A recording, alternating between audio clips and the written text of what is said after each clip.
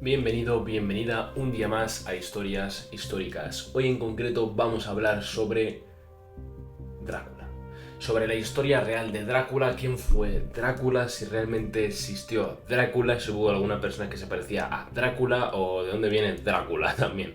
Vamos a hablar un poquito sobre todo esto, ya que tiene que ver mucho con la historia. Además, han descubierto hace relativamente poquito tiempo nuevos datos sobre esta persona que era Drácula, o más conocido, ya no voy a hacerte esperar, como Vlad el Empalador. El Empalador, ojo a esto, ¿vale?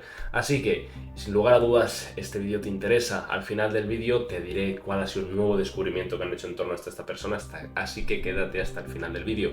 Recuerda que si te gustan estos vídeos de historia me ayudarías un montón si me apoyas con un like, y si te suscribes al canal. Ya sabes que este es mi hobby, lo hago porque me gusta aprender, y si la verdad me apoyáis a seguir creando contenido, etcétera, seguiré con el proyecto con la misma energía o incluso con más. Así que sin más dilación, ahora sí que sí, vamos con el vídeo, así que dentro vídeo.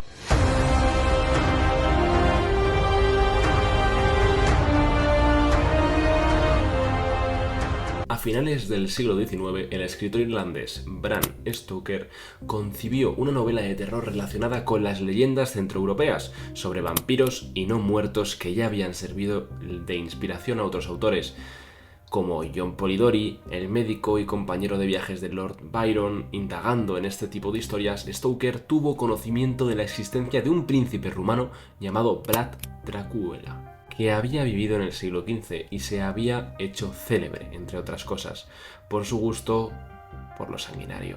La fortuna del sobrenombre de Drácula se debe en realidad a una confusión.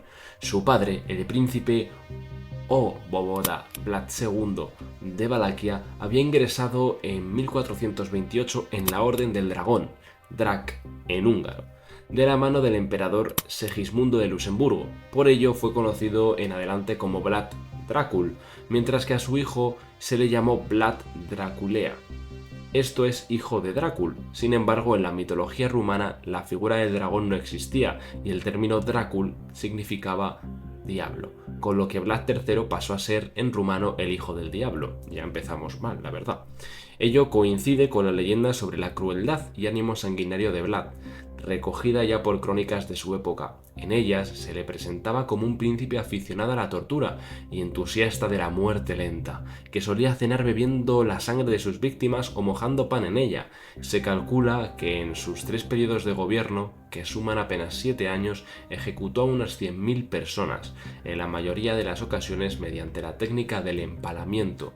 Por esta razón se le conoce desde el siglo XVI como Vlad Tepes, esto es, Vlad el Empalador. Para comprender esta fama hay que situarse en el contexto de los Balcanes, en las décadas centrales del siglo XV. En aquel entonces el Imperio Otomano se hallaba en plena fase de expansión por el suroeste de Europa. Grecia quedó sometida desde la década de 1360, Serbia desde 1389 y Bulgaria desde 1396. Frente a los otomanos se encontraba en el reino de Hungría y los principados en los que entonces se dividía la actual Rumanía, Valaquia y Moldavia, junto a Transilvania, territorio autónomo perteneciente a Hungría. Las guerras de fronteras se convirtieron en una constante, guerras de extraordinaria violencia en las que las ejecuciones y represalias masivas estaban a la orden del día. Vlad de Valaquia fue un producto de este ambiente, y su vida fue una lucha constante por la supervivencia y por el poder. Según la mayoría de los autores, el príncipe Vlad III de Valaquia, o más conocido también ahora como Drácula, nació en Sighisouria, actualmente Transilvania. Ahí viene todo el tema de Transilvania con Drácula. En 1431, y fue uno de los 3 hijos legítimos de Vlad II, voivoda, gobernador de Valaquia. Con apenas 13 años marchó a la corte otomana junto con su hermano Radu, como rehén o garantía de sumisión. Vlad II, en efecto, había establecido con los turcos una alianza que le valió la enemistad del regente de Hungría, Juan Hunyadi, de origen valaco. En 1447 este preparó una ofensiva contra Vlad, apoyándose en los boyardos valacos, nobles prohúngaros. El resultado fue la muerte del voivoda, es decir, el padre de Vlad. Irritado por la pérdida de su aliado en Valaquia, el sultán otomano Murat declaró a su hijo Vlad Draculea pretendiente del trono. Al año siguiente lanzó a sus tropas contra Hunyadi, derrotándolo totalmente en Kosovo. Vlad aprovechó la circunstancia para apoderarse del trono de Valaquia que pertenecía a su padre. Pero su primer periodo de gobierno duró poco, pues en el mismo año 1448 fue expulsado a instigación de Hunyadi. Vlad se refugió inicialmente en la corte del sultán otomano, con la esperanza de que lo ayudara a volver a Valaquia, pero defraudado en sus aspiraciones, en 1449 marchó a Moldavia, donde tenía parientes. En los años siguientes intervino en las luchas intensivas moldavas, hasta que en 1451 marchó de nuevo a Transilvania. Instalado en ciudades alemanas del país, como Kronstadt, trató de reunir apoyos con vistas a recuperar el trono de Valaquia. La oportunidad le llegó tras la conquista de Constantinopla por Mehmed II en 1453. Viendo a Hungría cada vez más amenazada por los otomanos, Hunyadi se lanzó a buscar aliados para un enfrentamiento directo contra los turcos. El noble, que entonces era voivoda de Valaquia, se mostraba cada vez más entregado a los otomanos, y Hunyadi pensó en sustituirlo llamando a Vlad. Este olvidó todo rencor por la muerte de sus familiares y se lanzó al combate. Fue así como en 1456 logró hacerse de nuevo con el gobierno de Valaquia. Inició entonces su fase de gobierno más larga hasta 1462, aquella que le ganaría ante los contemporáneos y la historia de la reputación siniestra que desde entonces la acompaña. Esta fama se debe en primer lugar a los métodos que Vlad empleó en la guerra, desde que en 1460 decidió negarse a pagar tributos a los turcos. El enfrentamiento armado se hizo inevitable y este revistió los tintes de una cruzada, tan brutal y sanguinaria como las que habían librado en Tierra Santa en siglos anteriores. La campaña de 1462 nos da un ejemplo de sus métodos. En respuesta a una ofensiva turca, Vlad atravesó el Danubio para saquear el país búlgaro, entonces parte del Imperio Otomano. Al término de la campaña envió al rey húngaro Matías Corvino 2 sacos llenos de orejas, narices y cabezas, acompañados de una carta en la que decía: «He matado a hombres, mujeres, a viejos y jóvenes, desde Obludivka y Novoselo hasta Sambit y Gigen. Hemos matado a 23.884 turcos y búlgaros, sin contar aquellos a los que quemamos en sus casas o cuyas cabezas no fueron cortadas por nuestros soldados. Terminemos juntos lo que juntos hemos iniciado, y aprovechemos esta situación, puesto que si Dios Todopoderoso escucha las oraciones y los ruegos de la cristiandad, si favorece los ruegos de sus piadosos servidores, nos concederá la victoria sobre los infieles, enemigos de la cruz». Vlad pues se veía a sí mismo como un cruzado. Al mismo tiempo, el voivoda aplicó las mismas tácticas violentas contra sus súbditos, a fin de asegurar su autoridad. No le faltaban motivos para temer por su posición. La nobleza boyarda se mostró desafecta, absteniéndose de participar en la guerra contra los turcos. Los colonos alemanes, por su parte, protagonizaron diversas revueltas. De ahí que, como brazo ejecutivo de la justicia, el voivoda la impusiera con crudeza, castigando duramente a los delincuentes y sofocando rebeliones. Las sádicas ejecuciones de sus víctimas resultaban ejemplares y contribuían a imponer el orden de algún modo. Podría decirse que su máxima era que el temor traía consigo a la obediencia. Os voy a ir poniendo un poquito en situación porque sé que la historia a lo mejor se os está yendo un poquito de las manos.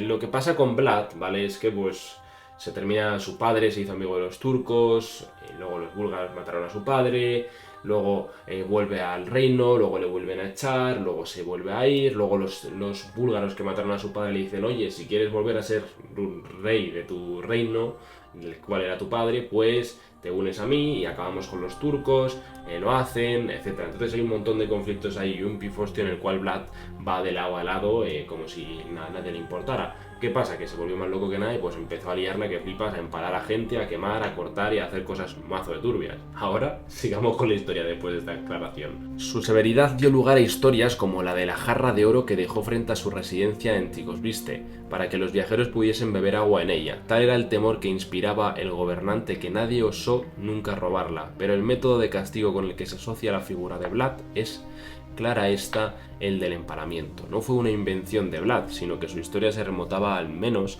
a la antigua Asiria y se utilizaría durante largo tiempo. Las fuentes apuntan en todo caso que Vlad llegaba a extremos de macabro refinamiento, prolongando la agonía de los condenados y utilizando los cuerpos de los empalados como terrorífica advertencia. El ejemplo más conocido de su ensañamiento lo constituye el conocido como Bosque de los Empalados, lugar en el que se dice que Tepes hizo talar todos los árboles para empalar a más de 20.000 prisioneros. El cronista de Calcondilo asegura que Mehmed II, al visitarlo en 1461, retrocedió horrorizado, aunque al mismo tiempo elogió a un príncipe que demostraba ser un experto en el arte de gobernar mediante el terror. ¿Hasta qué punto, ahora te preguntarás, es cierto estos relatos sobre la crueldad de Vlad. No hay duda de que algunos de ellos son tendenciosos, como sucede con las crónicas alemanas, surgidas del testimonio de los colonos germanos de Transilvania, hostigados por el voivoda. Otras crónicas, en cambio, lejos de censurar el sanguinario príncipe, elogian sus métodos implacables.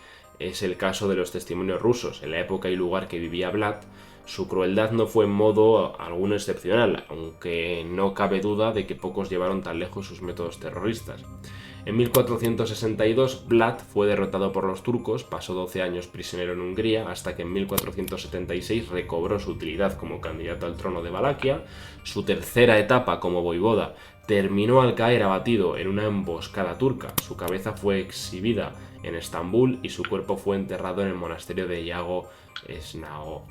Entonces, aún hay también teorías de que no fueron los turcos, que fueron los húngaros los que terminaron con él, con su vida, pero la verdad es que es una auténtica locura la vida de este señor. Todo el rato persiguiendo el trono y todo el rato tratando de matar a gente. Pero bueno, el caso es que una cosa muy interesante, que también se dice que a lo mejor justifica que esté un poco grillado, es que hace relativamente poco, es decir, este año, estaban analizando cartas escritas por la misma mano de puño y letra de Vlad el Empalador, es decir, de Drácula, como lo conocemos a día de hoy. Y es que utilizando un método que me ha parecido de lo más interesante, que es el método EVA, que puede ofrecer información sobre materiales orgánicos antiguos, es decir, más o menos consigues pues saber qué materiales orgánicos hay aún dentro de lo que vienen a ser estos pergaminos, estos papeles, etcétera, pues se encontraron varias cosas. Aparte de un montón de mierda y un montón de microbios, se encontraron cositas interesantes, y varios hallazgos proporcionaron pistas tentadoras sobre la salud y las aflicciones de Vlad durante su vida. Algunas proteínas humanas apuntan a una posible inflamación crónica de las vías respiratorias y de la piel.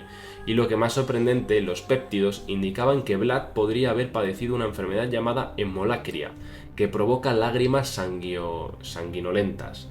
Los relatos históricos describen a Vlad con unos ojos aterradores que parecían llorar lágrimas de sangre.